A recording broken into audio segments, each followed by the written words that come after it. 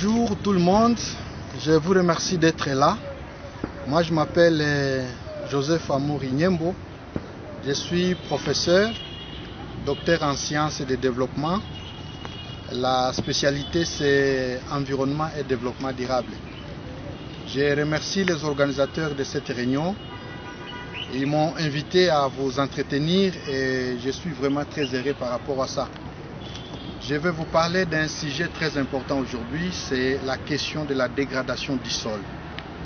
Et la finalité de cette communication que je suis en train de faire, c'est d'abord nous rappeler sur les problèmes de l'environnement, les problèmes de la dégradation du sol, mais aussi nous interpeller par rapport à ce que nous devons faire pour faire face à ces problèmes de la dégradation du sol.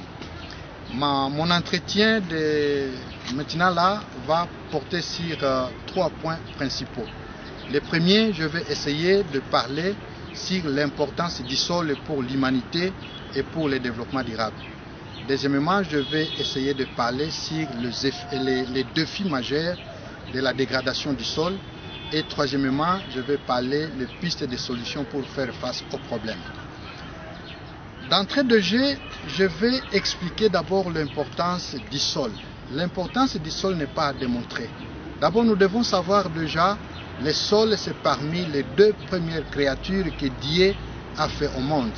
Et comme une créature de Dieu, et c'est d'ailleurs là où nous venons, nous les hommes, puisque la Bible témoigne que nous venons de la terre. Dieu a utilisé la terre pour faire l'homme que nous sommes.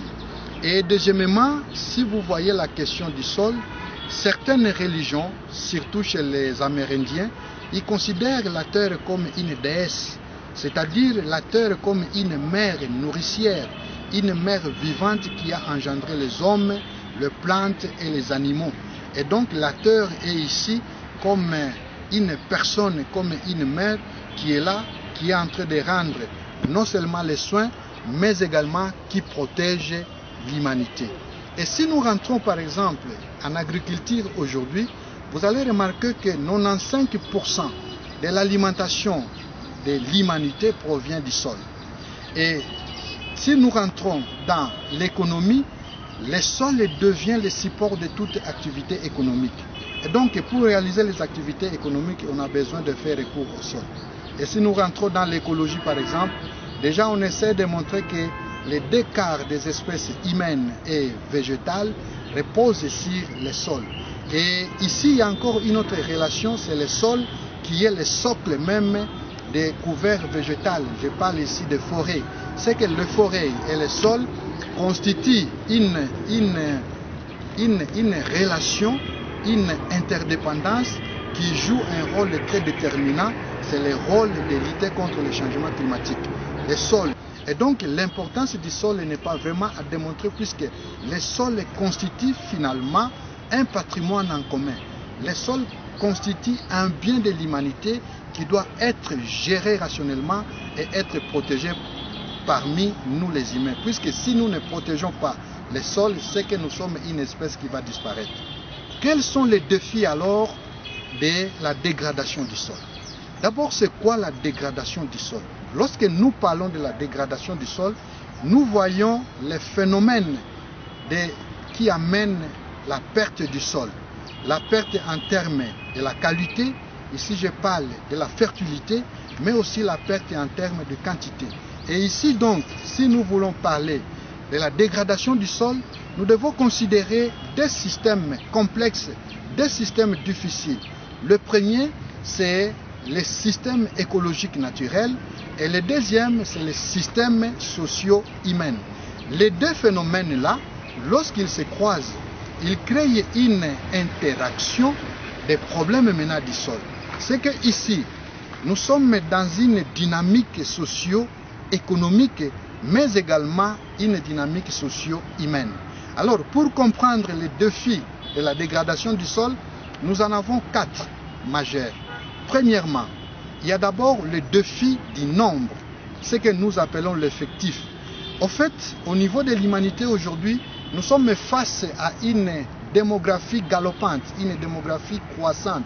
Et lorsque l'effectif devient très significatif, il se joue une pression au niveau des ressources que nous avons et particulièrement les sols.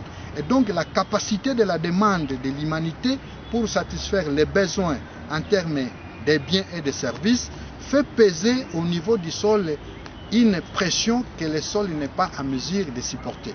Et là nous sommes devant un problème. Donc on doit questionner aujourd'hui les problèmes de la croissance démographique, surtout en Afrique subsaharienne. Le deuxième défi se situe au niveau de l'espace.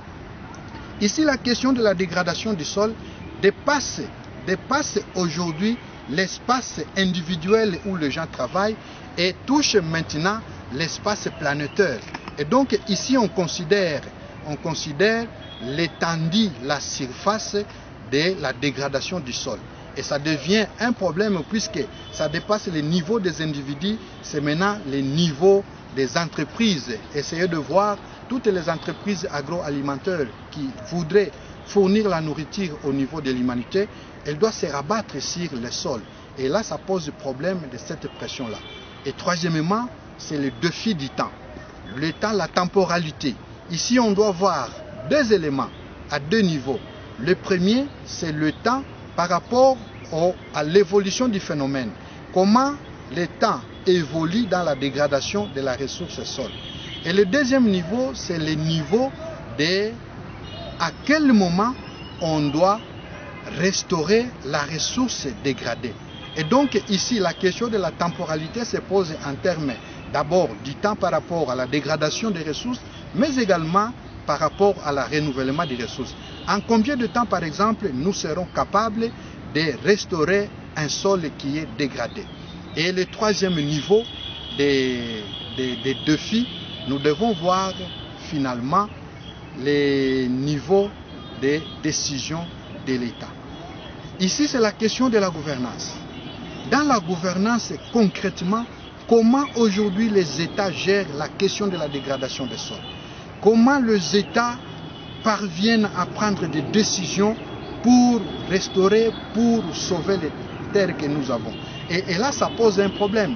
Par exemple, dans le pays fragile, je parle le cas de mon pays, par exemple la RDC, où l'État semble n'avoir pas maîtrisé beaucoup des éléments par rapport au problème de la gestion foncière.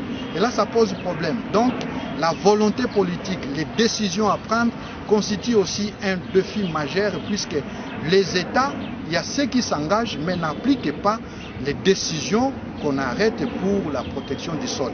Et donc, finalement, en termes de solutions, on doit essayer de voir concrètement qu'est-ce qu'on doit faire. Les solutions à la dégradation du sol passent par deux éléments. Le premier, c'est la réflexion et les actions. Aujourd'hui, moi et vous, nous devons réfléchir à comment aider, à comment nous devons gérer durablement les sols que nous avons. Et là, ça demande les actions individuelles. Chaque personne doit s'engager à protéger les sols. Chaque personne doit s'engager à gérer rationnellement les peu de sols que nous avons. Et le deuxième niveau, c'est le niveau des communautés, le niveau des entreprises. Et donc, nous devons tous se mobiliser pour finalement essayer de développer les mécanismes qui nous amènent à la protection du sol que nous avons. Et troisièmement, c'est le niveau de la politique. Les États doivent s'engager dans l'application des conventions, dans l'application des résolutions des sommets internationaux pour faciliter la restauration, pour faciliter la protection et faciliter finalement la gestion durable des sols. Et donc, en bref, si nous parlons des problèmes de la dégradation du sol, nous devons comprendre les mécanismes et les interactions entre les systèmes écologiques, mais également les systèmes sociaux humains. Et c'est à ce niveau-là que nous, les humains, nous devons intervenir pour y apporter les solutions possibles, pour contribuer à gérer rationnellement les paix que nous avons. Puisque si on ne le fait pas, la dégradation du sol menace l'équilibre écologique. Il menace notre planète.